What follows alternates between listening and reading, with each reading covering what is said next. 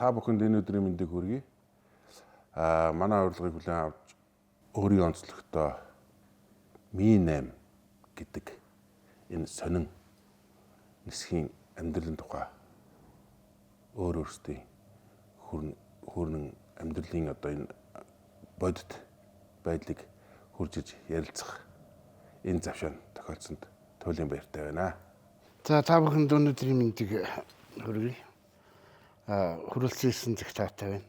Та бүхэн бол иргэний агаарын тээврийн системийн тодорхой нэгэн хэсэг болох Монголын иргэний агаарын тээврт нисдэг тэрэг анхан ирснээс хойш одоо үеийг хүртэл одоо ингээд ажиллаж энэ тодорхой нэгэн улс ардын аж ахуйн энэ улсын эх орны хэрэгцээтэй үйлс нисдэг тэрэг ямар үүрэг оролттой гүйцэтгэж исэн бэ? Энэ нисдэг тэрэгний нисэх бүрэлдэхүүнийг хэрхэн сургаж манай эх орон ер нь нисдэг тэрэг гэдгийг ямар төрлөөр нисдэг тэргүүдийг авч ямар одоо улс эх орны одоо онцгой байдал гал усны үер усны гал усны одоо ингээд юм хомдол их дайшлагдаж онцгой үүрэг гүйцэтгэж онгоцны төрлийн юмнууд бууж болохгүй байгалийн бэрхшээлтэй тийм газруудад одоо бууж одоо улс эх орноос өгсөн тухайн үед тохиолдсон бэрхшээлтэй байдлыг даван туулахад одоо ингэж исэн хамгийн одоо онцлогтой эрсдэлтэй үүргийг бол нисдэг тэрэгний эсгийнхэн гүйцэтгэдэг.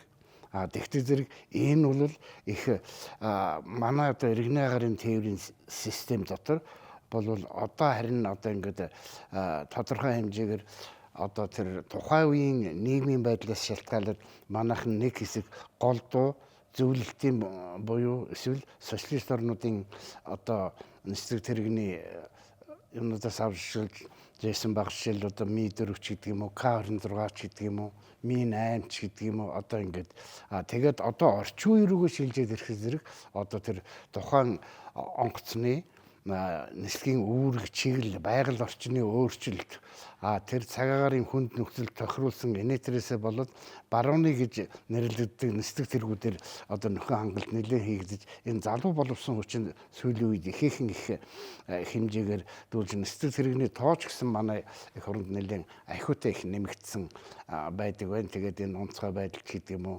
энэ өөр өөрсдийнх нь чиглэлээр тэгэхээр зэрэг энэ нисдэг тэрэг гэдэг юмны их үүсвэрийг одоо тавилтжсэн танай нөхдүүдийн одоо юу дурсамжийг сонсох нь одоо их таатай байна. Тэгээд юу вэ гэхээ зэрэг нисдэг тэрэг ер нь ямар зорилтын хэдий энэ Монголын иргэний агаарын тээврт нисч эхэлсэн Монгол орны маань нутаг дэвсгэрт одоо хэрхэн яаж суралцж хэрхэн ямар одоо үүрэг даалгаврыг биелүүлж ямар бэрхшээлтэй энэ төр юм одоо тохиолж исэн нисдэг тэрэг нисч эхлэхэд ингээд суралцахад ер нь та бүхэн ямар замаар эхлээд одоо ингээд шууд одоо бага өлгийтэй байхдаа дээр чинь үнгэний оронд нисдэг тэрэг ингээд савчаад байсан болов эсвэл одоо яасан бол нэг тиймэрхүү ингээд та бүхэн ингээд өөрсдийнх нь дурсамжаас ингэж ярьж төлөвлөвөл бидэнд их таатай байна. Биднээс болвол ингээд нисдэг тэрэгний хамт олныг одоо урьж ингээд дуртгал дурсамж энийг авч байгаа нь бол ав сэттэй одоо манай ирээдүйд болвол их л нэмэр тус одоо түүхийн дурсгалт юмд одоо ингээд их таатай байх болно.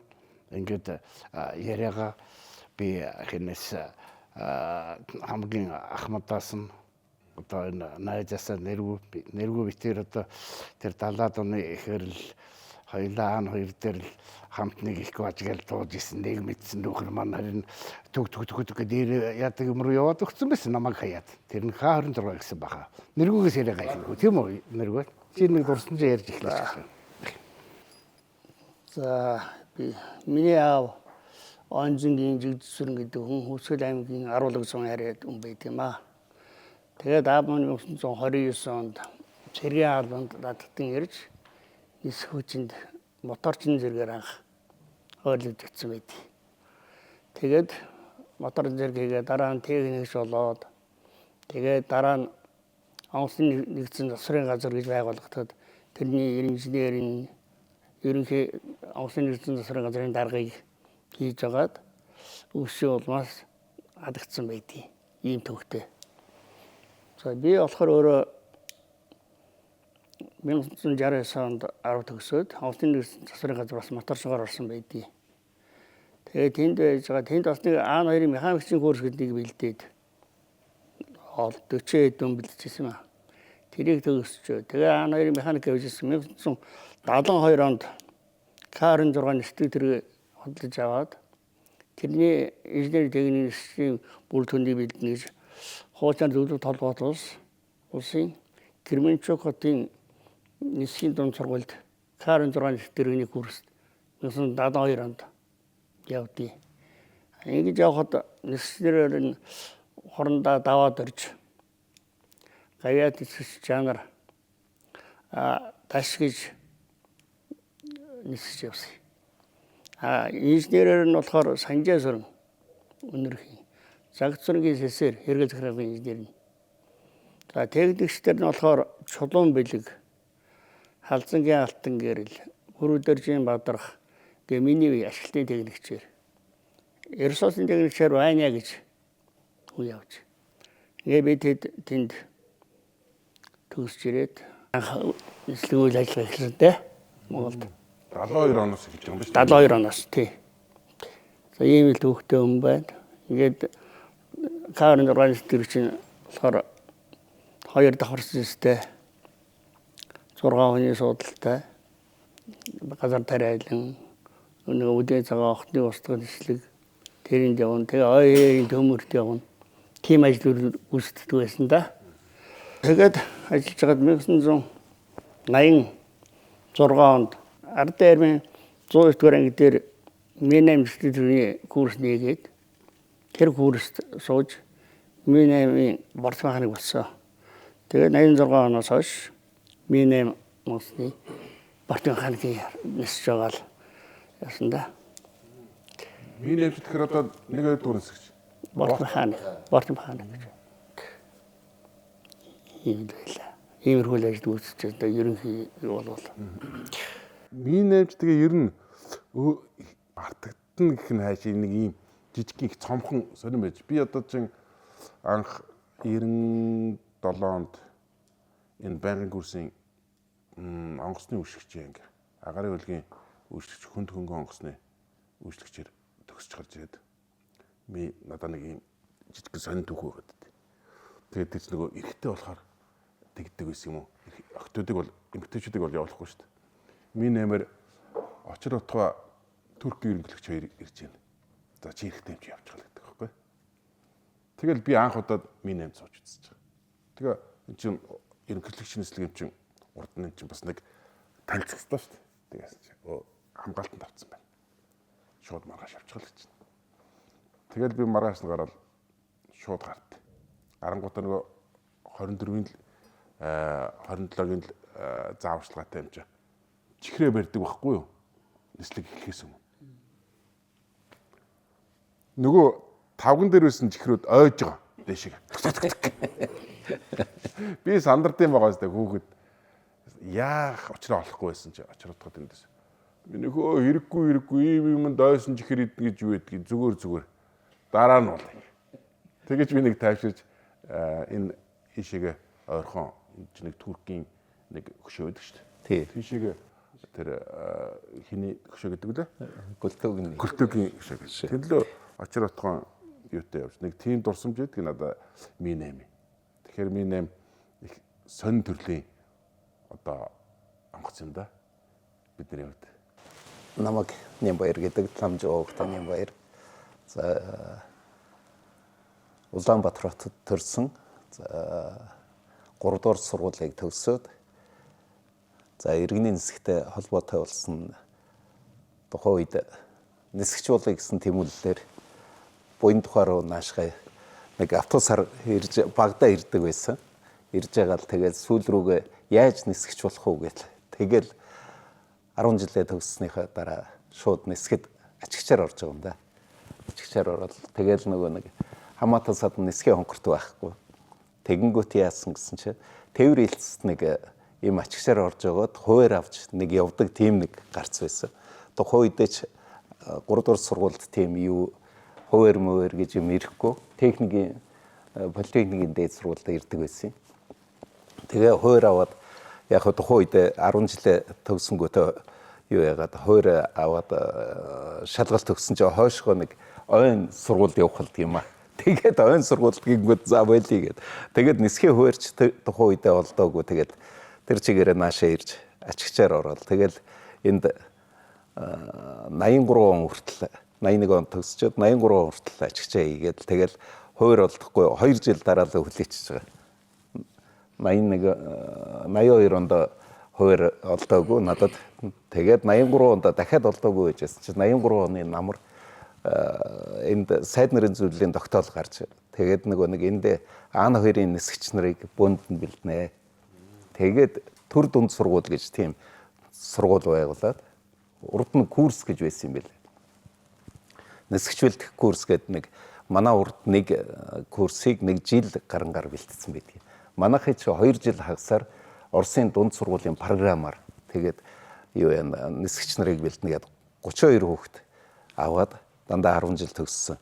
Тэгээд нисгэс нэг хэдэн хүүхэд авдгийн. Тэгээд нисгэс гэдэг дотор нь ашгүй нэг юм багтаж ороод тэр үед чи ер нь бол нисгэд хуур нисгчийн хуур бол олдно гэдэг бол тун ховор. Яагаад гэхээр нисхийн хонхортой ердөөсө 80% тэр нь нисхийн хонхортой амьдардаг нисхийнх нь л байдаг байсан. Тэгээд нөгөө нэг харилцаг байхгүй ч яах вэ? Тэгж байж байгаа. Тэгээд Аан хоёрын курст ороод одоо Готон багшийн шав болоод тэгээд гүйүүлэн захирал байсан. Тэгээд олон багш нар байсан. Тэгээд 2 жил хагасын програмтайгаар яг Оросын програмаар юу яагаад Готон багш дээр зөөгдөл тэгээд нэг нисгч болж илаа 85 онд. Тэгээд 85 оноос хойш нэг жил орчим завхан аранга тэгэл нэг сүүл дээрээ хоронд булганд Аан хоёр дээр нисэж байгаа л тэгэл дараад нь Мен8 руу Мен8-ын курс орсон байсан. Тэгэл Мен8 руу орох уу гэдэг. Тэгэл Мен8-д ороод тэгэл Мен8-ын нисгч болоод өнөөдрийг хүртэл нисдэг хэрэгтэй гэл тэгэл 87 оноос хойш өнөөдрийг хүртэл тэгэл нисгч нисдэг тэрэгний нисгч гэл өнөөдрийг хүрч байна да. Юу нөлөөлөд ер нь багасаа тэг кино үзчихдэг юм уу эсвэл юу болоод нисгч болно гэдэг. Ер нь бол нисгч болно гэдэг нь яасан гэсэн чи би багасаа эхлээд нэг тийм нэг агарын дутагдaltaй хөвгтэйсэн юм шиг байгаа. Тэгсэн чи арангаа руу дандаа явдаг байсан. Арангад манай аав ээж бол арангаан чулуутих. Тэгээд хамаатангууд руугаа л очин нөгөө агарын дутагдaltaй хөвгтөж яах вэ? 100 болгон л явна. Сүүл рүүгээ ганцаараа явдаг болсон. Тэгэл нөгөө нэг намайг дагаж явах хүн байхгүй. Тэгэл хичээл тараад арангаан чулууттай очил нөгөө нэг өдөөний хүүхдүүдтэй чинь дандаа агаарт байж байгаа. Тэгэл цагаан идэн дээр байж байгаа тийм. Тэгсэн чинь нэг 2 жил дараалан яадаг юм аа. Эндээс унаа олдохгүй. Уул нь бол унаатай баг багтаа яваад байдаг гэсэн хүмүүсээ ах дүү нарын унаанд суугаад. Тэгсэн чинь 2 жил дараалан шуудангийн автобусанд суугаад 2 дугаар бааз гэж байсан. Тэр юун дээр одоо энэ Жокуи музей урталт байдгийн да. Тэндээс сууж явал Арангаа аймгийн төв дээр очиод буун Арангаа аймгийн төвөөс унаа олдохгүй юм чи. Тэгэл нэг цаашгаа Аан хоёрт суугаад чулуут ордог. Тэгэл нөгөө нэг тухайн үед ч одоо нэг 8 цаг 45 минутаас нэг үлгэр явдаг байдаг. Хүүхдийн үлгэр орой унтахаас өмнө тэр үлгэр явдгийн юун дээр үүлтэй тэнгэрийн доогуур үзүүртэй модны дээгүр гэдэг чинь яг гарч ирсэн байхгүй. Аан хоёроор яг нэг модны орой дээгүр нисэл. Тэгэл тэр төсөөл явсаар байгаа л тэгэл нисгэж болсон та. Тэр төсөөл суулгаж гисэн. Тэр төсөөлд ердөөсөө юг суулгаж гисэн байдгийг. Сони. Тий. Тэгээд Аан хоёр дээр сураал. Тэгэл тухайн үед их сайхан байсан. Сайхан. Тэгэл соц үе байсан юм чи. Нислэгч ихтэй. Тэгэл Мен8 дээр ирээч гисэн бас нислэг ихтэй байсан. Тэгэл тухайн үед Аан хоёр дээр бол яг хаврын улиралд нэг нисгч нар нь салхитай үед бол одоо юу яачдаг? Амралтаа авдаг. Тэгэнгүүт яасан гэсэн чинь нөхөн ангалтынхаа энэ юунаас отродоос явдаг. Тэгээд нөхөн ангалтаар нэг сар гарan нэг завханд нисчихсэн юм.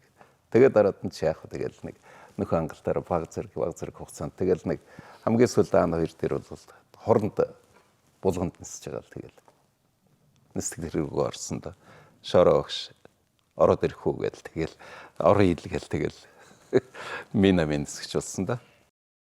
Ер нь нэг юм яриад штэ Мен8 гэж нөгөө фестивал дундаа байдаг юм уу? Тий.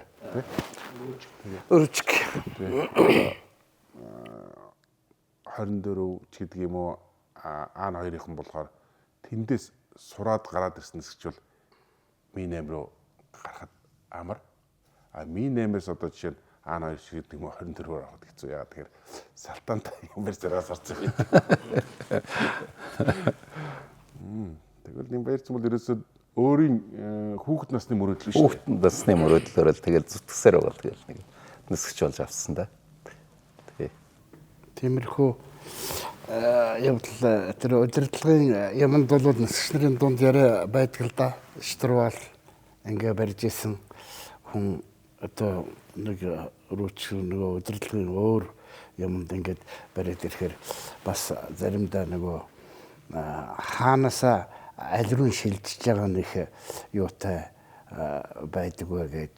Тэгээд энэ нисдэг тэрэгнийх бол энэ яг онгоцтойгоо харьцуулж хэлэхэд бол нислэгийн одоо нэлээд нарийн мэдрэмж энэ төр өөрийнхөө нөгөө нислэгийнхаа онцлогоос нөгөө сүнснийхээ ард намгийн байдал энэс шалтгаалаад бас их арай илүү мэдрэмж энэ төртөө удирдлагын төвшин энэ төр нь бол бас их нэлээд нягур нямба энэ төр байдаг талдаа байдаг гэж энэ Ахмад Өслөтнийхнээс би одоо сонсч ирсэн одоо энэ хинээс суглаас нь шоорож жив сайн баяр битэр чинь бас их найз байлаа хоёулаа зэрэг интернэс жахаа. Тэгээд нисдэг тэрэгний нисгч нарыг бол би ерөнхийдөө арай илүү мэдрэмжтэй арай илүү нөгөө өөрийнхөө нөгөө жолоод жоохон онгоцныхоо нисдэг тэрэгнийхээ онцлог шалтгаан тэгээд нөгөө буух гэж байгаа ч гэдэг юм уу хөөрөх гэж байгаа ч гэдэг юм уу цагаагаар нөлөөлж юм уу эсвэл буух газрын одоо байгалийн онцлог интерес шалтгаалаад тэр нисдэг тэргийг одоо удирдах богино зайд буулгах гэдэг юм уу цастай газар буулгах гэдэг юм уу хаад асахтай эсвэл өндөр төвшөнд энэ тэр гихтэйгээ зэрэг болвол одоо нөгөө нэг бэлдсэн аридрамаас хөрөд бэлдсэн аридрамдаар бууж байгаа юмтай харьцуулахад болвол илүү одоо нягур нямба мэдрэмжтэй байдаг талдаа гэдэг гэсэн. Энэ нямбараас би нэг юм асуух гэсэн. Сая санаанд орж ирсэн. Жишээл одоо ингээд сая нэргүүгийн ярианаас ингээд бол 72 оноос юу К26 гэдэг Камын зохион бүтээх төвчөөний дуусаа усны юутай вертолет ингээд манай 5 ширхэг ирээд ингээд яалаа шүү дээ тийм ээ. Тэрнээс өмнө одоо нисдэг тэрэг нь Монголын иргэний агарын тээвэрт бол тодорхой хэмжээгээр одоо бас нисжсэн тийм дурсамжууд энэ ахмадууд энэ төр юм хүмүүс бас байдаг. Жишээл одоо Mi4 гэдэг нисдэг тэрэг байсан байгаа шархуугаа. Тэгээд энэ бас тэр Mi4 энэ Иркутскийн завод гэсэн баха засуулж өрөөд явж байгаад ингээд цаг агарын хүнд нөхцөлөөс техникийн дутагдлаас болоод энэ байгаль нуурын ирэг дээр очир сургаа энэ төрөд Монголын нэг экипаж нэг онгоцны одоо осол болсон талын юм хум энэ төр байгаад. Тэгэхээр нисдэг зэрэгний түүх ер нь энэ 72 оноос өмнө бичигдэх ёстой биш үү ер нь? Гуха.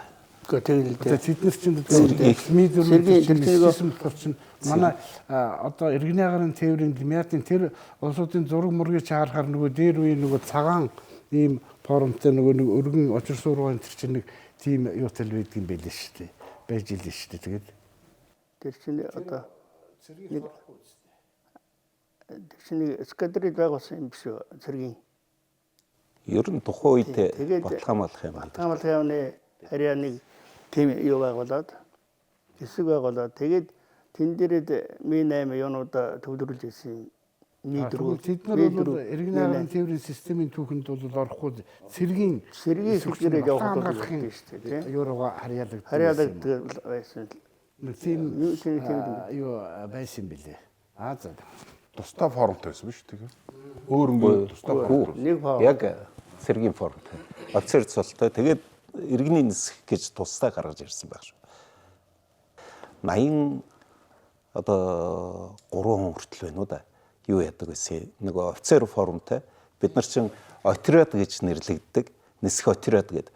Нисэх отряд дээр чи одоо бид нар чинь жижүүрт гарч ирлээ. Эсвэл тэр 85 онд юу яачаад сургуулаа төгсчөөл энд жижүүрт гараад ингээл ташаанд буутай. Тэгээд өглөө болгон мариад юу. Тэгэл энэ хажуугаар чинь цэргийн онгоцнууд нисэл. Тэгэл тэрнээс хойш иргэнийх гээд тэгээд нэг 2-3 удаа цинкер янз бүрийн формнуудтай болсон. Ийм зураастай, мураастай юу ч болоод хэлээд нэг тийм формнууд өгжээсэн. Нэрвүү Ахмад байсан уу? Хамгийн юу цэргийн байхдаа хамгийн сүүлчийн цол Ахмад бий. одоо сая энэ Нямбаярын ярианаас санаанд орж ийн л да. 83 онд одоо энэ Нямбаяр энтергээд одоо зарим нь энд нисэж хэдэн хүүхэд нисэж болно гэд одоо над дээр ирдгийг. Зарим нэг нь тэнгэрийн орон заларсаа. Тэгээ зарим нэг нь одоо ингээд Нямбаяраас хөсүүлээд ингээд сууж лахаар одоо бас надад бол одоо 83 онд би энийг над дээр ирээд энэ ирээдүйд бит хоёр ингээд хоорондоо ярилцлага хийгээд суух юм гэж одоо би төсөөлөжгүй бодоочгүй тийм санаанд орчихгүй одоо бол надад бол нэг бодлын одоо их л таатай сайхан санагдаж байна. Миний гар дээр нисгэж болсон хүү одоо ингээд том нисгэж болчиход том юу болчиход ингээд явж байгаа энэ төргээд би тэгээд нэг энэ нисэх бүрэлдэхүүн нисэх зэргийн нисэх бүрэлдэхүүнээс нэг юм асуух гэсэн та хэдээс нэг олсууд ингээд яриад идэгин би тэгээд бүр заримдаа бас хотлоо байдгүй та нар арай дэндүүлж ин л гэдгийг заримдаа нэрэн тийм л гэдгийг энэ нисэх зэрэгнийхийг энэ юуны таамдаг бас нөгөө цэргийн интер байх чинь нөгөө мэрэгэн буудагчийн юу сургуульд энэ сурулдаг байсан нь хөдөлгөөнтэй юмнаас хөдөлгөөнтэй юмыг юу нисэх зэрэгнийхийг яадаг интергээ сургуульд хамруулсан гэж зарим нэг нь тэгээд идэг байхгүй би бол улаанцын мэсрэг үүсдэг хотлоо баха тийм байх хэрэггүй. Тэгсэн зарим нь бол үнэн гэдэг дахин тэр нэг бас нэг хаалга малгай онгойлгоч юм биш тийм ээ явж байгаа. Тэгж байгаад ингээд бас ингээд дурангаар хардаг ч гэлгүй тийм юм хүн байна. Золоо инженер бол сайн мэдх юм шиг санагдсан шүү дээ. Тонхын хаалгын онгойлгоч гэдэг байна. Тий. Тэгээ мэрэгэн бодогчийн сургуульд энтер бас сургаж байсан. Тэр нөгөө цаанаа бас алстаа батлан хамгаалах яам хүмүүс журмаар бас хэрэгтэй гэж бодож сургаж байсан байх л да тий. Дараагийн золоо. Миний 1984 онд 10 жилийн 1-р сургууль төгсөөд тэгээд Рига хатын нисхийн инженерийн дээд сургуульд орж суралцаад 1991 онд төгсж ирээд энэ Батлан хамгааллын яамны 109-р анги гэж байсан да.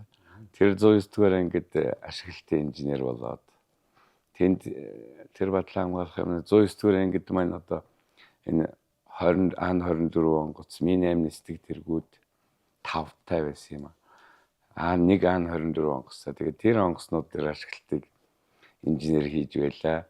Тэгээд 1994 онд Мяд компани Ми8 нисдэг тэрний хэсгийн инженерээр томилогдож ирээд тийм ээ.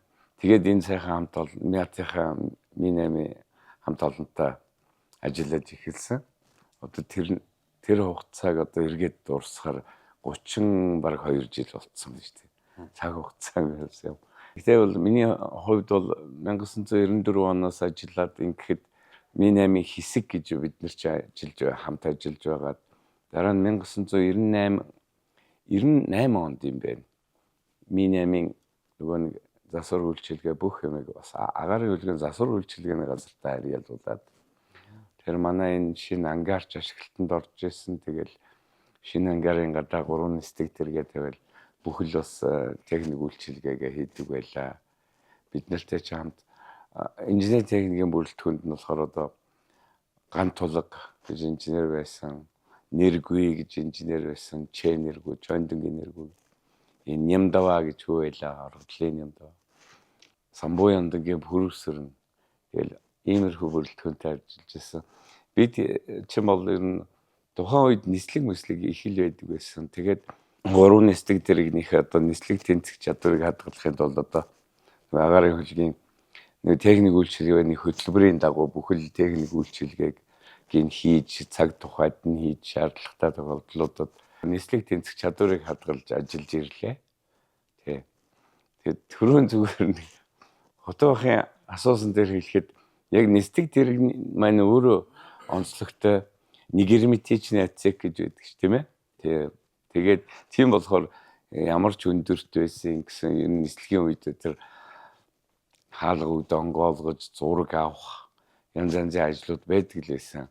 Тэр хотоох тэр мэрэгэн буучийн талаар яриад байгаа зүгээр энэ хэдэн болгож хэлэхэд тэр чинь бол манай нисэх бүрэлдэхүүний ч гэсэн бүгдийнх нь л үгүй хийж чаддаг л ажил байсан ш. Тэр руководство летний эксплуатаци гэдэг техник нислэгийн ашиглалтын заавар дээр нь бүр тэгээд бүлэг байдаг гэсэн.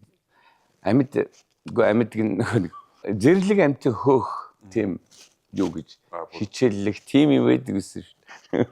Тэрийг л хэлж явах шиг байна. Мөн одоо тэр руководство летний эксплуатаци дээр манай энэ хамт олонд би одоо дурдахад их гоё ажил байдаг гэсэн. Уулын орёны дадлага гэж хийдэг гэсэн. Тэр уулын орёны дадлага дээр одоо зарим нэг хүмүүс одоо ярихаар үнэмшдэггүй шүү дээ. Хинти нурууны ноён ойр гэл асралт хайрхан дээр манай нис хүрэлтгүнчээр дээр уулын орёны дадлага гарахтаа яг асралт хайрхны орой дээр буулцуулд хийж үргэлж дадлага авдаг байсан. Жилдээ одоо 2 удаа авах тийм дадлагатай тий. Өөртөө тийм програм тийм байдаг. Тийм тэрийг л тий 2 удаа 2800 м өндөр. Тий 2800 тий. Асралт хайрхан. Мөн бас энэ Богдхан уулын ноён ойр гэлгээд энэ цэцэгүний орой дээр чинь бас буудаг л байсан тийм ээ. Ер нь уулын оройны дадлага гэдэг их тийм чадвар нисгчийн жинхэнэ чадвар шалгасан тийм ажлуудыг их гүйцэтгэдэг байж тий. Тий цэцэг үн чи 2256. 200 тий. За тийм л байна. Техникийн хувьд бол аргагүй юм байна л да. Би ч тэр очротхон тусгай үйлчлэгэнд явж яхад нэг амар юм нь юу гэхээр нөгөө чичиргээ ихтэй. Энд тэнд юм асгарч нь урсаал өөрөө алгуулцдаг. Ингээ жоох харахаар шот газар харагдаж байдаг. Бас зарим сонин яатай тий. Техник шаардлагаар. За сайн байцгаана уу та бүхэндээ энэ өдрийн мэнд хүргээд энэ сайхан нэвтрүүлэгтээ урьж оруулсан та бүхэндээ баярлалаа. Тэгээ та бүхний ажил үйлс нь олон дээшээ дэвшиж өөдрөг байх болтугай гэж өрөөё. За тэгээ намайг Даржаа өгтөө байгаль гэдэг.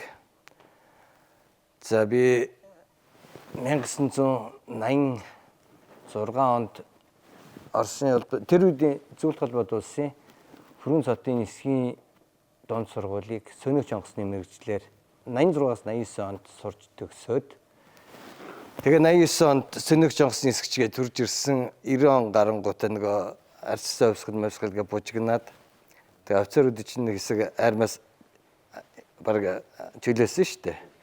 Тэгэнгүүт нь тэр чөлөөлөгтөд нь би өргөлөөгөөд чөлөөлөгдөөд тэгээд иргэний агарын тээвэрт манай аав нисдэг байсан. Тэгээд анх нааша иргэний агарын тээвэртэй амьдралаа олбсон доо 90 оноос. Аавхаа талаар тодруулаач.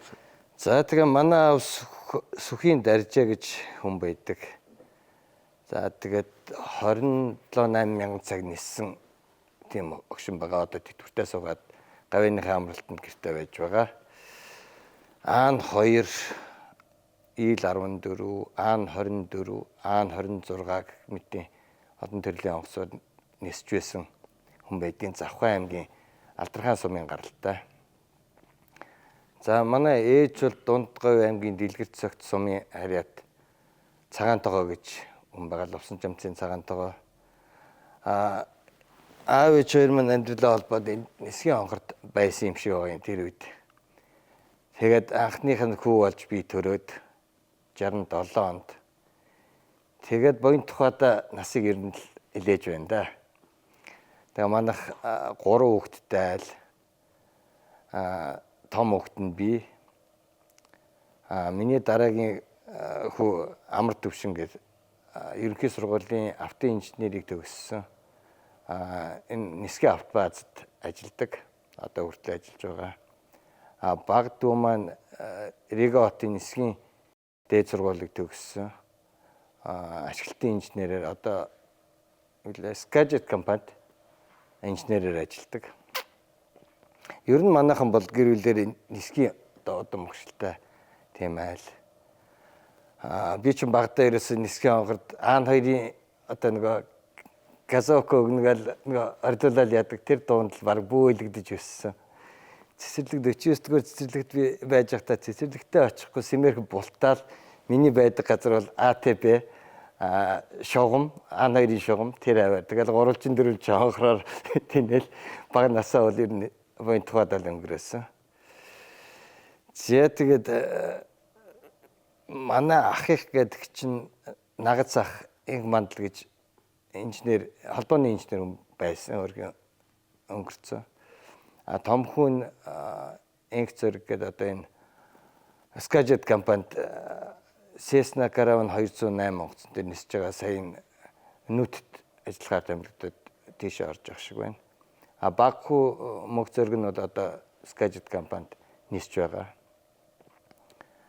За манай их нэрийг Дорцрунгийн алтан гэрэл гэдэг бас нисхийн огшилттай одоо юу өвөө нь гавьяд нисгч лавгжоо гэж хүн байсан. Тэгээ бид хоёр чинь 90 онд гэрүүл болоод 4 хүүхэдтэй 3 хүү 1 охинтой. Манай том хүү Мяд компанид Boeing 737-гийн нисгчээр ажилладаг. А дараагийн хүн гэрүүлээрээ Австралид ажиллаж амьдарч байна. А охин саран гэрэл Голомт банкнд ажилладаг. А баг хүү ноднон Сан-Диегогийн нисгэн сургуульд өгсөд одоо Мяд компани операшн дээр ажиллаж байгаа. Тэгээ удахгүй нисч эхлэх байхаа гэж бодож байна. Тэгээс одоо 2 3 дахь үеийг яваад байна. 3 үеийн нисгч нараа ер нь бол анги иймэрхүү огшилттай гарал үүсэлтэй. Ерөөсө багасаа аавыгаа дагаж одоо хай нэг нислэгэнд явдаг байсан. Тэгэл ерөөсө миний ухаанд нисгээс өөр юм ерөөсө толгоонд байгаагүй. Одоо өөр мэрэгжлийг баг юу хийдгийг мэдэхгүй. Ганцхан ерөөсө толгойд орсон юм л нисэх. Тэгээ нисгч болно гэсэн зорилготой байсан. За тэрэндээ ч хүрээ тэгээд 89 онд Сөнөг Жонгосны нисгчээр төгсөж ирсэн. Тэгээ одоо ер нь бол училищт байхдаа бол L39, МиГ-21 гэж онгоцуудаар ниссэн.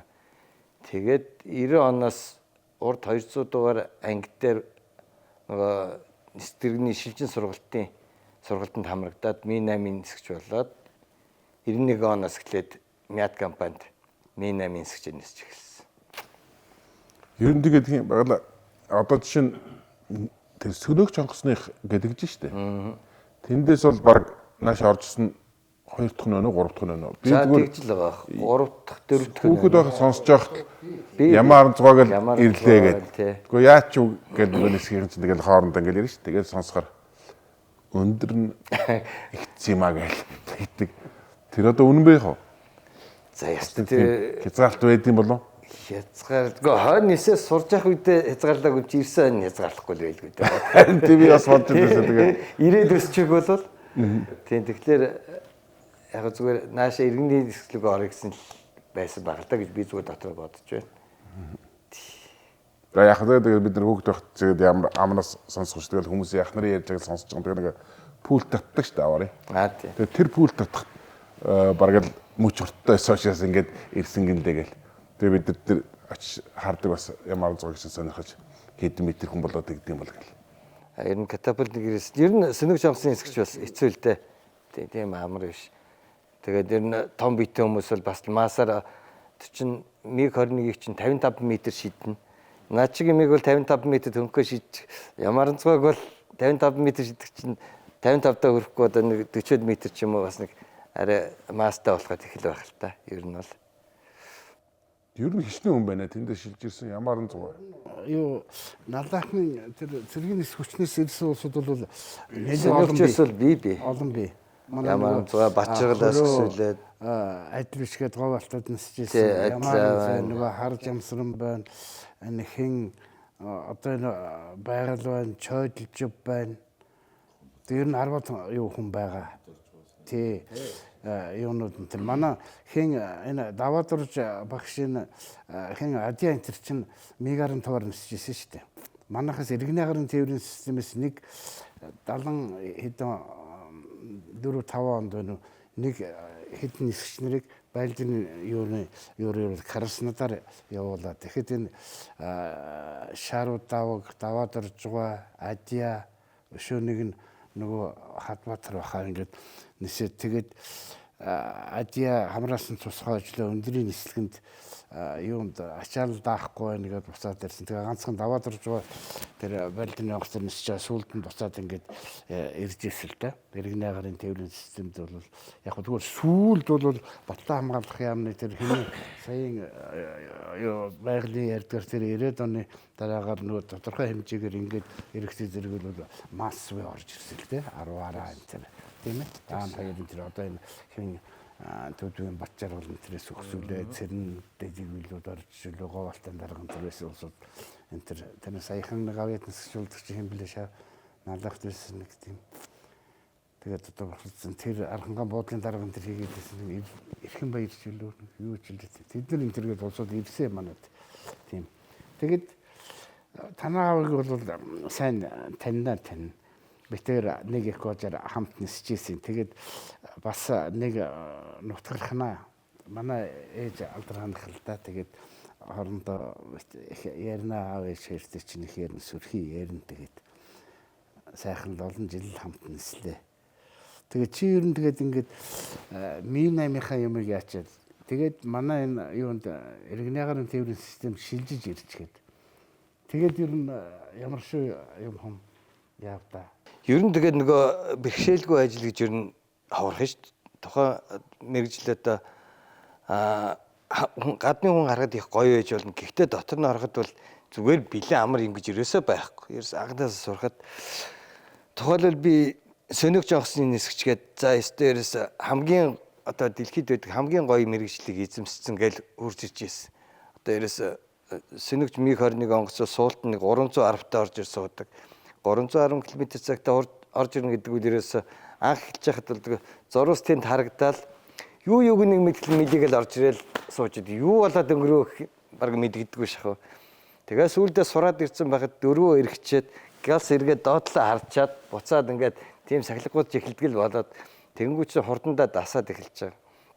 Тэгээд Сөнөгчийн нисгчээ шилжээд вертолет нисгчрүү за вертолет ийм удаа юм чинь амархан доо гэж бодож исэн чинь ёстой тийм биш байсан юм бэл. Нэг юм асуумаар санагчлаа. Тэр чиний нөгөө Сөнөгч онгоцны нисгч гэж би зүгээр гаднаас бол уншижэлөө подкаст сонсчихлоо.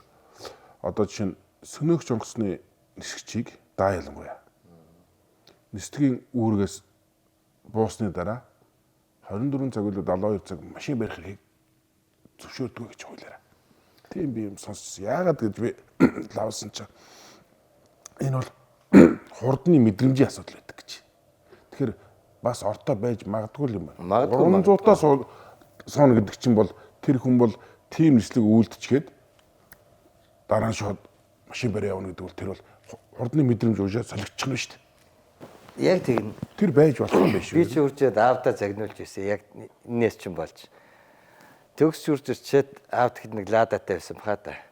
Тэгээ нөгөө скотерийн хооронд энэгээр чинь тэр бөглөө байдгүй байлаа шүү дээ. Тэгэл үрж ирэл машин барь явсан чинь надад нэг 150 хурд бол ерөөсөө зүгээр нэг автобусны хурд шиг санагддаг байсан юу байхгүй. Би чинь МиГ-21-ээр зурвасаа чөдөөлж гарч ирэнгүүтээ ганц максимал гол боцод татгатал хурд 200 гараал 200 гарч дөнгөж зүү хөдөлдөг юм чинь. Ерөөсөө нөгөө тийм хурдан дээр тэг чинь нэг 150 мэр 100 мэр надад нэг автобусны телевизны хурд шиг л байсан. Тэгээд нисгрүү явахдаа би одоо галзуу юм шиг л явсан юм шиг 150 мавр гэсэн юм уу. Тэгсэн чи аав загнаад чи галзуу юм шиг ингэж яагаад давчих юм гээд. Надад ерөөсөө хурд мэдрэгдэг. Тэр бол яг байх боломжтой бодит юм. Тэгэхээр манай хууль дүрм тийм би бол сонсоогүй тэр үедээ.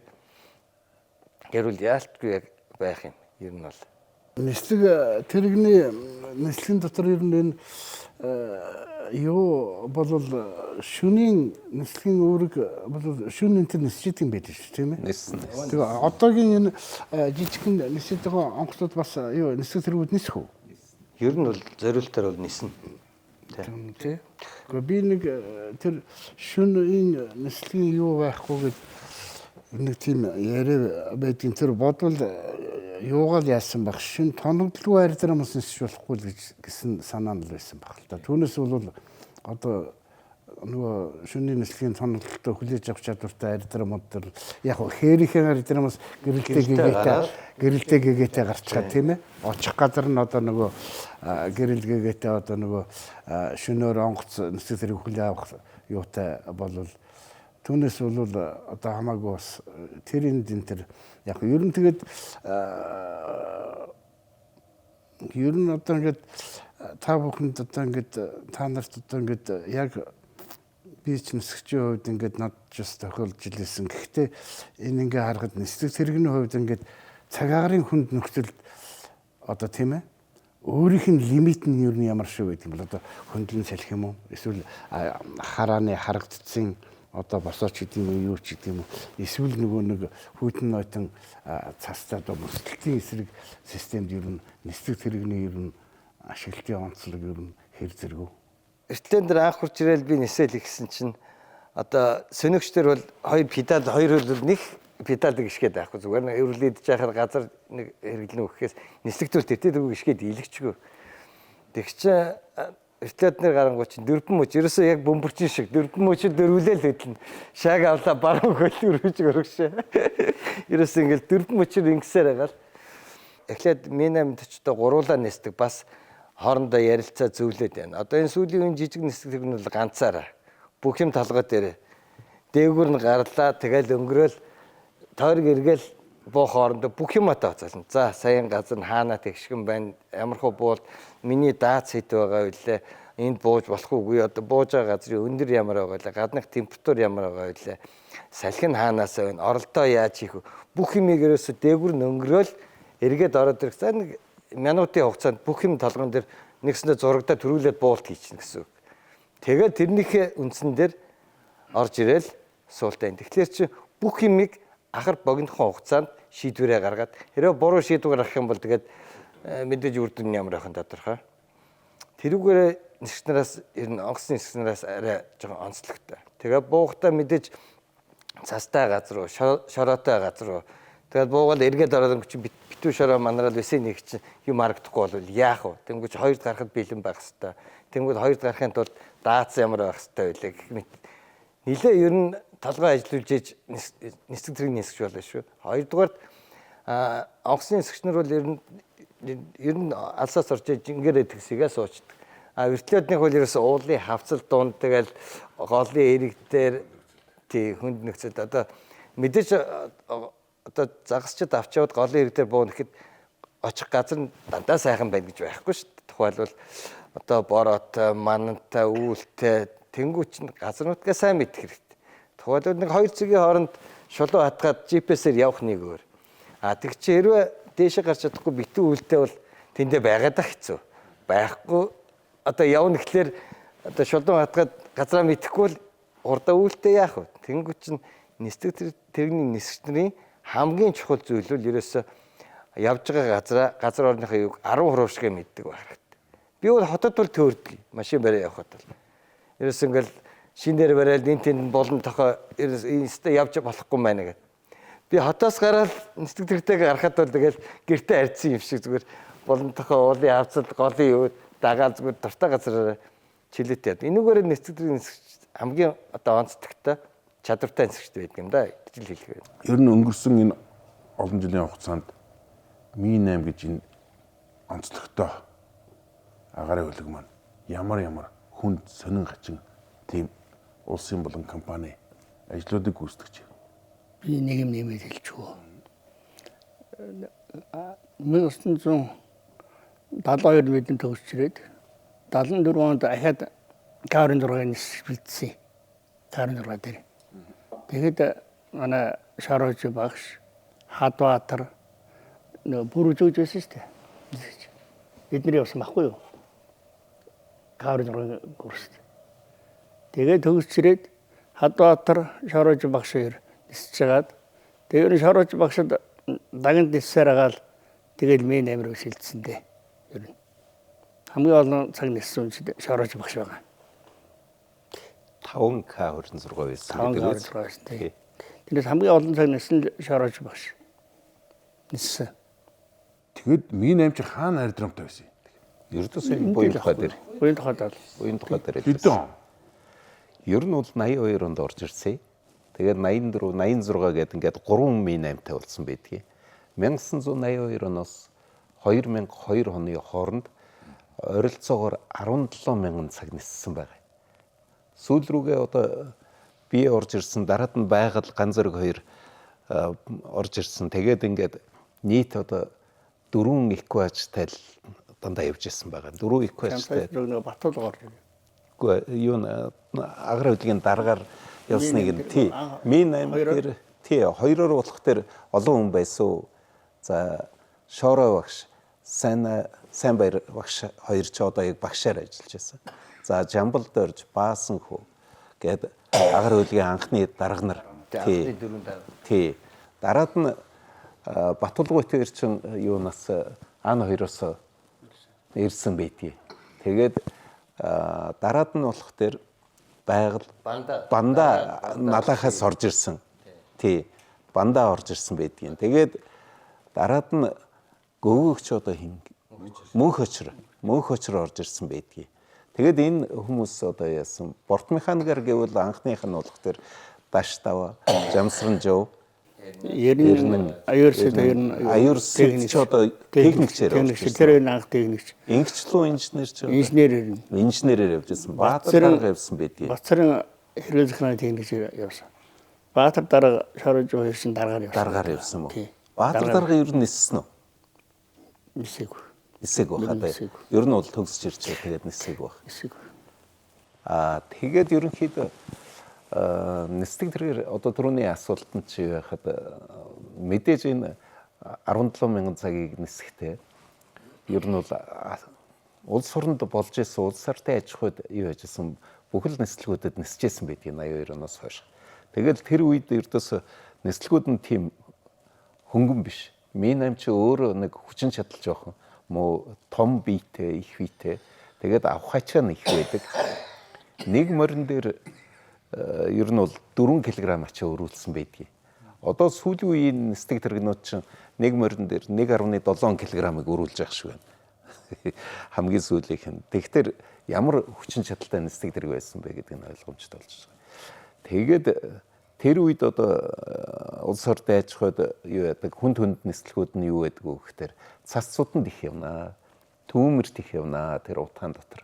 За тэгэл өндөр уулын оройнууд ер нь тухайн үед ч одоо машин тэрэгч гэж муу байлаа. Тэгээд тэр үед ч одоо дэд үтсч гэж байхгүй байлаа. Тэр үед яадгүй байсан гэхээр хүнд ажил болгондоо нисдэг тэргийг ашигладаг.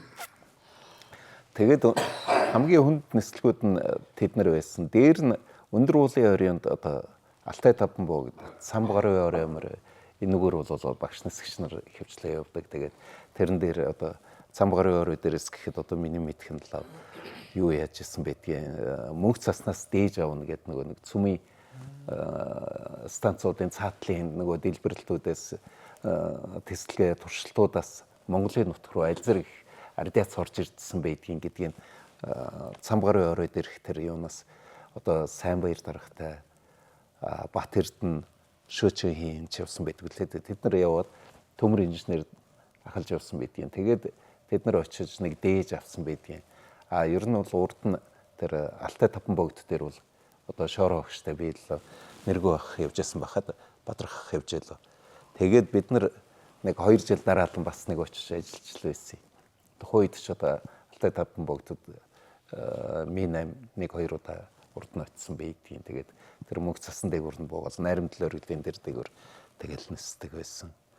За тэгээд нэг томоохон ажлуудаас гэвэл одоо уул уурхайн одоо янз бүрийн юмнуудаар одоо реконы нислэг гэдэг юм да тэрнийг л хийж байсан. Одоо энэ ойдлогоос ахуулаад анх BHP гэж байж хат тэрнийг 5 гэртээ байж хат нь үртэл очиж исэн. Тэгэл тэрнээс ахуулаад энэ сүүлийн үед одоо хайгуул нислэгүүдийг хийж исэн. Дээр нь 3 гол төсөл гээд нэг тийм нэг төсөлд нэг 2-3 жил дараалал явсан байдгийг. Тэр чинь Япон Монгол. Япон Монголын. Тий. Нэг доороо нэг том антен зүүгээл тэгэл нэг Японы төсөл хөрөнгө оруулалтаар тэгээд нэг тийм том төсөл Чингис хааны онгоныг хайсан байд. Хүнд нислэгүүдээс өшөө багш нар одоо дарга нартай нэлээд удаа нисэжсэн. Одоо Новосибирскэд бид нар нислэг дэргээд суулдаг байсан. Энэний нислэг гэж нэг хүнд нислэг Оросын нутагт бол одоо нөгөө нэг хязгаарлалтай зоонуудаа ингээд тойруулж нисгдэг. Тэгээд нэ хөндөр эшлон огчин. Тэгэл тэр нь агаар нэх муу мөсөлт их явагдана. Тэгээд Ми 8 чи өөрөө мөсөлтөнд их муу. Тэгэл тэр муу хагаарт чинь тэгэл гадны онгоц болох тэр өндөрт 3-4 мянган метрийн өндөрлөө авчиад гарах чинь тэгээд тойруулаад дахиулаад тийм нэг хүнд нислэгүүд байдаг байсан. Тий. Тэгэл энэ багш нар бол одоо их л нисгчээл. Одоо би бол одоо 2 дугаар одоо ч шал өөр болчих. Тухайн үед чинь бол 2 дугаар нисгчээр 5 жил нисчээж тэгээд нэг онгоцны дарга болж ижил. Тий 87 оноос 92 он хүртэл нисчихсэн. Тэгэл багш нартай хүнд нислэгүүд их хийдэг байсан. Тэр цуг явал. Нэг Оросын нэг кино байдаг штэ. Гүрзэнийх кино. Мимино юу? Тэгээ нэг үхэр Үхэрд оросоо чи сэнсрэж гэхээр тэр үхэр бол бас зөөх тийм практик байх нь штэ. Оо байлгүй. Тэр урангуулгын чи яг тэгдэг байсан. 15 метрийн доор тэр нэг антенна зүүж өгнө. Бүдүү антенны чинь тэгэл доошоо газрын төвшнгөөс 30 м гэдэг лөө тэргөх. 30 м. Тэгээд газрын төвшин доторхойгоо 15 метрийн гүнд хэмиг тий 14 каналаар бичлэг хийж ирсэн. Тэгээд ер нь бол Чингис хаантай холбоотой Монголын нутагт байгаа энэ нэг хэдэн түүхэн дурсгал газруудыг яг дээгүүр нь ингээд яг газар хагалж байгаа нөгөө нэг тариад харж байгаа юм шиг л ингээд дээгүүр нисээд тийм тэгэл тэр болгоны доотлыг үзчихсэн. Бурхан алдууны оройтыг хүрл харин нэг удаа гаргаад тэгэл хоёр дахь удаа дээрээс энэ орчныг дахиж үзэхгүйгээр тэр чигээр наажсэн. Тэр их сони юм байдгийн. Тэгээд тэр материал бол одоо Эмуро Шимбүн гэдэг тухайн үед одоо тэдний сонин санхүүжүүлж ирсэн. Өдөр болгон сателлитаар тэр чи одоо 92 оны үед чинь сателлит гэж юу байла, GPS гэж юу байла. Тэгэхэд чи одоо тийшгээ бол өдөр болгон тэр датагаа Японд руу явуулдаг байсан юм. Тэгээд 14 каналаар бичижсэн гэхээр тэр бол их л мэдээлэл явуулдаг байсан. Тэгээд тухайн үед чинь тэр чинь их бас энэ Монголын сенсац болж байна шүү дээ. Илрүүлцлээ. Тэ? Тодорхой олчлоо. Тийм учраас болчлоо энэ төр гэл тэ. Тэр тэгээд тэргээр үлдсэн дээр юм шиг байна. Ер нь тэргээр үлдсэн дээр юм шиг байдаг. Тэр антенчлаа Канадаас авчирж ирсэн юм. Тухайн үед л тэгж идэг байсан. 2 сая долларын үнэлгээтэй тийм антен гэж ярьдаг байсан юм. Их л үнэтэй антен шүү. За та хэд нэг нээсэрэлгээр шороо өгш аваад тэгэл юу яагаад тэгэл 3 жил дараалал явахдаа бол 1 жил нь л тэр антеныг зүүж ниссэн.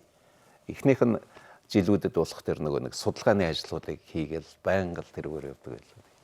Тэгэл олон ч хүмүүс орж ирсэн. Тухайн үед ч одоо Монголд ч одоо тэгэхэд джип гэж юм байхгүй хад тэр гурвангуул төслийнхэн чинь Mitsubishi нэг 5 ширхэг Mitsubishi оруулаад ирсэн. Тэгэхгүй юм гоё тийм нэг төсөл дээр орж иж билээ.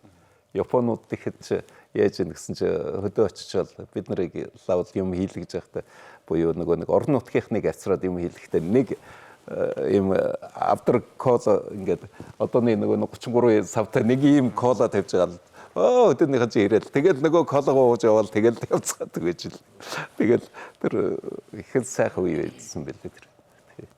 Би нэмч одоо хэдэн хүний судалтай вэ? Нийт 28 хүний судалтай. Десантны вариантаар гэхтэр. Десантны вариантаар. Тий. Десантны вариантаар гэдэг чи одоо тухайн зэрэг бол нэг 100 орчим хэлтэй байх уу? Одоо буу зэвсэг юм хамтгаа нийлээд 100 гарна.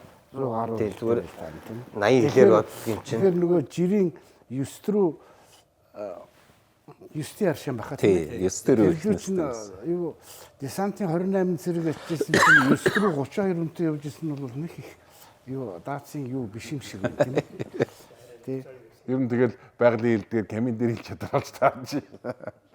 Гэтэ юу би бол эхлээд хэлсэн шүү дээ. Тандыг бол хүндэтгэж байгаа тандын нислэгийн гүйцэтгэх зорилго нь ондоо онгоц байгалийн эрсдэлд одоо яг энэ хин байгаль сая түрүү намайг бол ер нь улных болгоо хайчлаа да нисгч нарын дэргэд бол би одоо тэгдэг гэдэг. Тэгэхээр илүү үнэ. Тийм одоо нөгөө мэдээллийн ертөнцгүй газар, эзэнгүү газар очиж нөгөө үүрэг гүйцэтгэн. Одоо эн чинь заримдаа нөгөө энэ их говийн дархан цаас газрууд чинь нөгөө нэг ховор антиментэн эсвэл нөгөө газар усны баялаг юм хумч газар усны зураг аван барина гэж явдаг юм байл шүү дээ. Тийм ээ. Тэгэхээр тэр халуун нөхцөлд их говийн дархан цаас газар бол явж байгаад нэг буу ихэд бол ер нь харж иж буухгүй бол зүгээр хүн буугаад ингээд энийг өөрчлөлт шигддэг шүү дээ тийм ээ. Тэр нөгөө бас хэцүүтэй хөрс нь бол хэцүүтэй өхмөл хөрстэй. Тэнд би саяхан доо нэг бишээ жил гарна 2 жилийн өмнө тэр их говийн дархан цаас газрын тэр одоо Монголын хамгийн намд ор газар чинь их говийн дархан цаас газар болчлоо шүү дээ. Энэ Хөх нуурын хотгор биш. Тэрнээс юуны тэнд НАСА-гийнхан юу газар хөдөлж авсаа гэд тэгээд тэрийг үнэн юм шиг байлээ. Нөгөө юуны ангар гарахтай төстэй тиймд одоо тэрэнжорын маягтай нөгөө ангар гарахтай төстэй тийм өхмөл хөрс тэнд байна. Тэгээд тийм одоо намдор их халуун. Тэгэхээр тэр нөгөө ангар руу явуулах нөгөө юуг тэнд байгуулах гэж байгаамаа гэд тэгжсэн. Тэгэхээр тэр бол их хамгийн боломжийн Монголд байгаа хамгийн боломжийн дэлхийд дээр байгаа хамгийн боломжийн одоо ангаргийн хөрстэй гадаргуутай агаарын нөхцөлтэй их юутай ижилхэн гэж тэгжсэн. Тэгэхээр тэр урагшаа бол ер нь газар дороо бол хэвлий дороо бол одоо их юм байгаа гэдэг нь бол ойлгомжтой. Тэгвэл цагаагаарынхаа нөхцлөөс алтан нуруунаas урагшаа алтан өвөр говоор бол ер нь өвлөндөө бол өстой тэсгэн мөтөн зундаа бол өстой тийм ээ.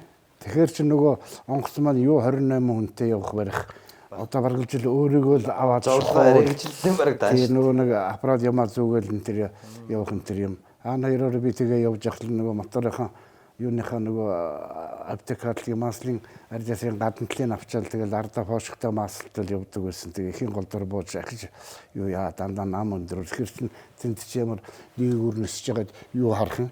Доошоо нам нисэж ижил үргээг үсгэн тийм ээ. Тэгэхээр үргэлжлэлтэнд бол бас л хэцүүл нислэгийн нэг байх л да тэр. Тэгээд өндөр уулын бүс рүү бас гараа явуучих. Тэгэхээр эн чинь бол нислэг тэрэгний нисгч нар бол онцгой мэдрэмжтэй бас гүйцэтгэх үүргээсээ шалтгаалаад тэр онгоцоо удирдах барих тэр үүргээ биелүүлэхээс өсвөлөө тэр үнэлдэ бид нар Алта 5 бог тэр нэг тэгжсэн гэж нислэг тэрэгнийхээ тухай бол би их сонсдог юм аа. Нэг хэсэг чинь би нэг нисгийн албаны дарга гэдэг нэг урган дарга юм эдэх чинь бас нислэг тэрэгний хэсгийн нөхдүүдийн юм юмд бол яг тэ мэдээлэл нь ирээд л идэх юм чинь тэгдэг ингэдэг гэдэг. Тэгэхээр зэрэг ер нь бол одоогийн нөхцөлд сайн хальт юу дурдуу та нар нэг одоо одоогийн нислэг тэрэгний тэр одоо хүчин чадал одоо нислэг бүрэлдэхүүнүүдэд бүрэлдэж байгаа бол энэ одоо ингээд эх орны хэмжээнд ингээд нэг одоо яг нэг ер нь зүгээр бодоод байхад мөнгөтэй хүн нэг нислэг тэрэг авчдаг юм шиг байна.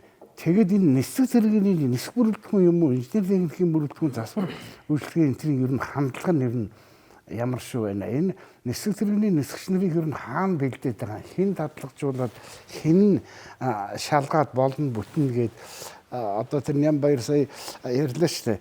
Ер нь нисгч тэрэгээр ингээд явж хахад доор хайжаж 4-5 жил болж тухайн онгоцны одоо дарга болох эрхийн одоо үндэслэл нь бүрдчихэж тэгжээж одоо итгэж одоо онгоцны дарга болгоод одоо ингээд бүхэл бүтэн баг бүхэл бүтэн онгоцыг ингээд хариуцаад авч явж ирсэн. Одоогийн нөхдүүд ер нь хэдэн жил зөөгдөд хэдэн жил яг энэ хаан сураад энийг ер нь ингээд Монгол улсад ер нь нислэг тэрэгний юуг ингээд зангидсан одоо тийм байгууллага байна уу? Ер нь бол нислэг тэрэг яах вэ? Тэгээд Монгол оронд хаана ямар ажлууд шаардлагатай байна. Тэрний дагуу явдаг юм чинь Алтан цагдгаа өөрөө нэлээд удаа ниссэн л дээ. Тэгээд тэрний яах вэ гэхээр нөгөө геолог хайгуулын нислэгүүдийг хийж байгаа. Тэгэнгүүт яасан гэхээр тэр Таншааны нурууны ард одоо хятадын алдартай 6000 м өндөртэй тийм Таншааны нуруугаа одоо монголчууд чинь цаашгаа хятадуудад Шинжааны нутагт үлдээсэн юм бэл. Тэгээд тэрний хойд хөндийгөр нисэхэд бол асар их баялагтай юм байлээ. Уул нь бол болрын орд, алтны орднууд янз бүр ирэл байт юм байлээ. Тэр ховдын булган 3 үгийн застав гэдгээс ахуулаад наашаага тэр Атсингс суул тэгэл наашаага Баянгар хүртлээ энэ Монгол Алтай нурууны энэ нутгуудаар. Тэгээд тэрүүгээр явж байхад бол ер нь бол асар халуун. Тэгээд газрын хөрснө гэхэд чинь нэг тостаас нэг чулуунууд байдаг да говийн. Яг тийм хөрстэй. Тэгээд тэр хэсгээрээ ердөөсөө ус гэж бараг байхгүй. Хэдхэн нэг шандуудтай тэрэн дээр булаг шандууд дээр тэр нэг хэдэн Атсингс уулын юун дээр хэдэн мазаалаа байд юм билээ. Тэгээд тэрүүгээр яадгүй гэхээр хавтгайнууд байдаг. Тэгэл тэр нь хөрсөн нь бол газар дээр бол овоо алт юм байлаа. 50 гараад идэгэл гэл тэгээд идэв. Нэг 2-3 удаа таарахтай бол нэлийн халуун орчин руу ирсэн. Тэгээд тентхийн модзуудын тарихад чинь юу гал түлхэхэд жигтэйхэн илчтэй юм байлээ. Яаж юм гэсэн чинь вулкан гэдэг нэг юм авч удаа гэсэн. Ус уцлагдаг юм. Тэгсэн чинь тэрэнд нь ингээд нэг жоохон мод ингээд түлээл хийхэд тэр доотлих нь нөгөө нэг гал түлээд идэг орчин дотор нь зүгээр төмөр нь хайдалж байгаа. Ёстой тийм цаг нь. Тийм сонин илчтэй юм билээ. Тэгээд асар хийлчлэгтэй тэр чин зүгээр ингээд нөгөө ердийн модыг түлхэхэд бол усаа буцалгаад байдаг гэсэн чинь үүрээ дунчдгийн доотлно. Тэгэл тухайн үед ч одоо юу яаж ирсэн. Тэгэл тэр халуун гэдэг нь жигтэйхэн тэгэл тэр заримдаа тэр ээж харахны хойдлоор ингээл нисэж явах чинь нөгөө уулаад авч чадахгүй минь амч өөрөө хүчин чадал муутай. Эргэж жагаад нэг удаа юу яасан чи түлш ер нь нэлээд барагдах нэ. Тэгэнгүүт нэг юу яаж нэг хүлээж ээж тэгээд нэг бүр үүл гарсны дараа үүлний доор орж ээж тэгээд нэг юм уул тавгаад авдаг тийм айхтар халдчих тэр тэгээд нөгөө нэг агаарчин сэрэг болчдөг. Тэгэнгүүт нь даацсан багсаад бүр нэг хэцүүл тийм нислэгүүдийг хийдэг байж билээ. За юуны хувьд бол барууны нислэг тэрэгнүүдийн хувьд бол юу вэ гэхээр ер нь бол хүчин чадал сайтай болчихсон. Тэгээд навигацийн тоног төхөөрөмжүүд маш сайн. Одоо жишээлбэл Mi8 дээр борт механикч нөгөө нэг янз бүрийн мэдээллүүдийг ингээд хянаж яадаг.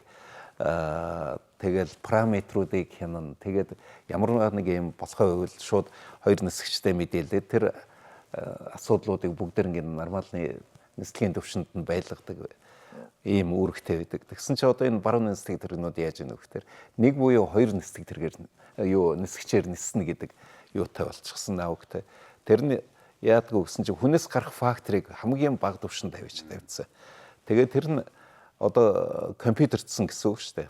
Компьютерийн системийг одоо юун дээр агаар хөвлөгийн бүх навигацийн систем болон хөдөлгүүр юуны нислэгийн параметруудыг хянах систем дээр ингээд оруулчихсан. Нисгчэд мэдээлэх юуг нэг нь гэрлээр, нэг нь текст хэлбэрээр. Текст гэдэг нь нөгөө нэг мессеж хэлбэрээр урд компьютер дээр гараад ирж байгаа. Нөгөөх гэрэл гэдэг нь болох тэр яг улаанаар эхэлж асаалж шараар асна. Тэгээд өнгөнүүдээр ялгана л да. Тэгээд бүр болохоо байгаа дэрвэл чихэнд нөгөөх чинь үгийн хэлбэрээр таны энэ юм болохоо байлаа гэдгийг мэдээлдэг болчихсон. Тэгэхээр нисгч хаа нэгэн тийшээ харлаа гэхэд хэрвээ анхаарал өөр тийшгээ явж байгаад юу болоо гэхэд эхлээд гэрлэр гараад дараад нь тэр урд компьютер дээр бүх юмнууд чинь чиний юм болгоо явууллаа. Тэглээ шүү гэдэг юмнууд гараад тэгээд дараад нь яваад болчихсон. Тэгэхээр хүнээс гарах факторыг арилгацсан учраас тэгэл ер нь бол хамгийн доод түвшинд нь авчирсан учраас тэгээд ерөнхийдөө нисгчийнхаа тоогд сөөрөөдлээд байгаа.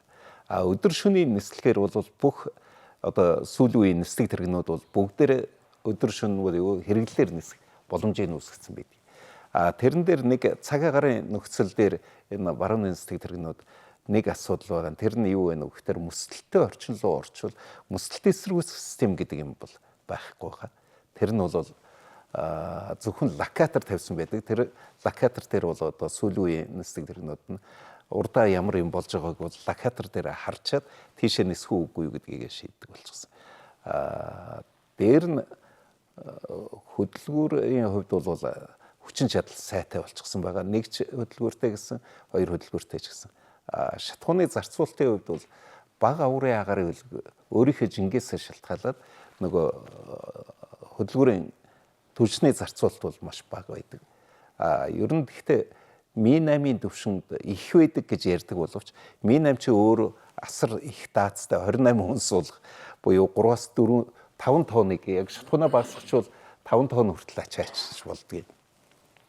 Ойрын зайд одоо жишээлбэл Алтай топон богдод буухын тулд бид нар чинь түвшээ хамгийн бага түвшинд навьж байгаа аккумуляторуудаа суулж авж байгаа тэгээд хүртэл нисдэг байлаа. Тэр чинь бол хамгийн бага түвшинд юу ячаад нисэж байгаа нь тэр.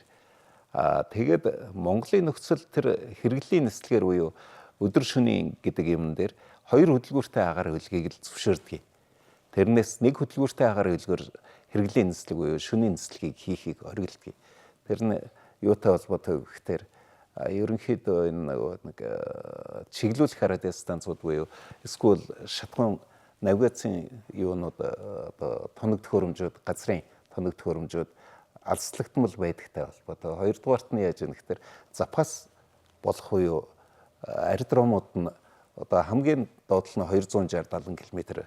Тэгээ яг зөвхөн аэродромоос аэродромын урд нисэхгүй учраас тэрнийг бол шөнийн нислэг гэдэг бол хориглоод байгаа. Одоо сүүлийн үед бол энэ онцгой үргийн чиглэлээр авсан 3 нислэг тэргийг бол шөнөөр нисгэж байгаа баг.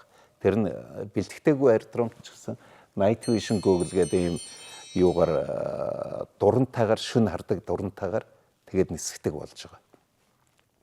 Тэр Night Vision Google гэдэг тэр дур нь болох тэр 150 км хүртэл чөлөөтэй үед шууд Өндөр юм биш үү? 150 км харах чадамжтай байдгийг гэсэн. Тэгэхээр тэр 150 км-ийн цаана байгаа уулын релефийг бол шууд харахаар юм байлээ л дээ. Тэгээд ер нь бол манайд бол 2 хөдөлгөөртэй нисдэг тэргүүд бүгдээрээ л шүн нисэх хэрэгтэй байгаа.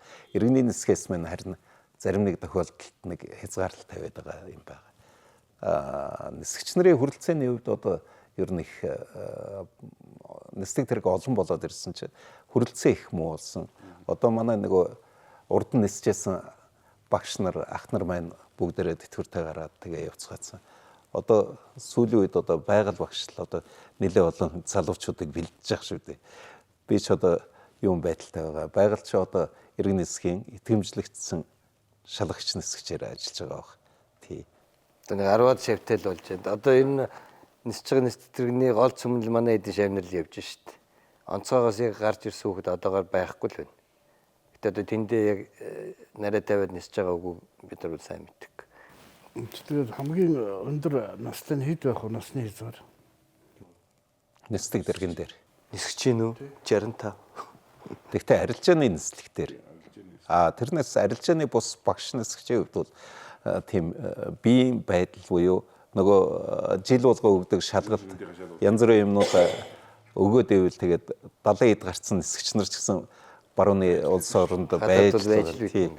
Би бол болохгүй юм байна тий. Гэхдээ олон улсын нислэг Та юу л хийж ярдаа хурчлөө. олон улсын нислэг хийхгүй бол болно л да. Ер нь бол Мяд компани дотор Минами хэсэг гэдэг бол ер нь 88 оноос анх эхлээд Мяд компани дотроо аж ахуйн дотоод тооцоотой буюу хувийн хвшлийн салбарыг үүсгэсэн байдгийг. Тэрнийг нь төр засгаас дэмжиж одоо Батхүү сайд байж байхдаа нэлээд их дэмждэг байсан. Тэгээд хувьчлалыг явуулах юм анхны хувийн секторыг үүсгэх юмыг тавьсан байдгийг. 88 онд аж ахуйн дотоод тооцоотой баригад гээд гарчсан Мяд компани дотроо одоо энэ золоо инженер одоо төмөр дарах ахлаад тэгээд манай хэсэг ердөөсө 94 он хүртэл аж ахуйн дотоод тооцоотой буюу ниссэн нислэгээсээ гарсан ашигынхаа тодорхой хувийг өөрсдөө баригадын хамт олон юу яхаар тэгэж ашгаа хүртэхээр тэгэж ажилласан байдгийг.